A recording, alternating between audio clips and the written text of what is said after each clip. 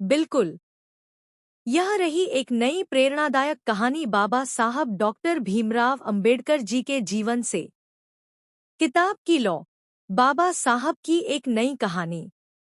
एक बार की बात है, जब बाबा साहब अंबेडकर लंदन में पढ़ाई कर रहे थे। वहाँ का मौसम बहुत ठंडा था और वे अक्सर देर रात तक पढ़ाई करते रहते थे।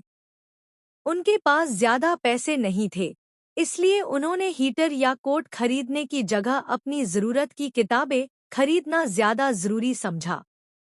एक रात बिजली चली गई।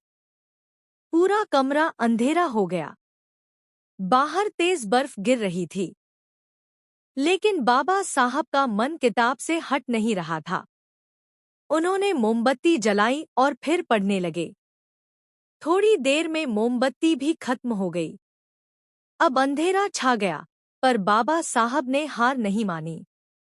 उन्होंने दरवाजा खोला, बर्फ के बीच खड़े होकर सामने की सड़क पर लगे एक लैंप पोस्ट के नीचे जाकर पढ़ना शुरू किया।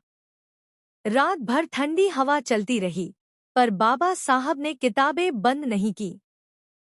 सुबह जब एक अंग्रेज अधिकारी वहां से गुजरा, उसने देखा कि एक भारतीय युवक ठंडी सड़क पर बैठा किताब पढ़ रहा है।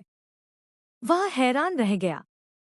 उसने पूछा, क्या तुम्हें ठंड नहीं लगती? बाबा साहब मुस्कुराए और बोले, ज्ञान की आग में ठंड की कोई जगह नहीं होती। उस दिन के बाद वह अधिकारी अक्सर उन्हें किताबें लाकर देता और धीरे धीरे बाबा साहब को विश्वविद्यालय में द बुक लवर, किताबों से प्यार करने वाला, कहा जाने लगा। सीख। बाबा साहब ने हमें सिखाया कि अगर मन में सच्ची लगन हो तो हालात कभी रुकावट नहीं बनते।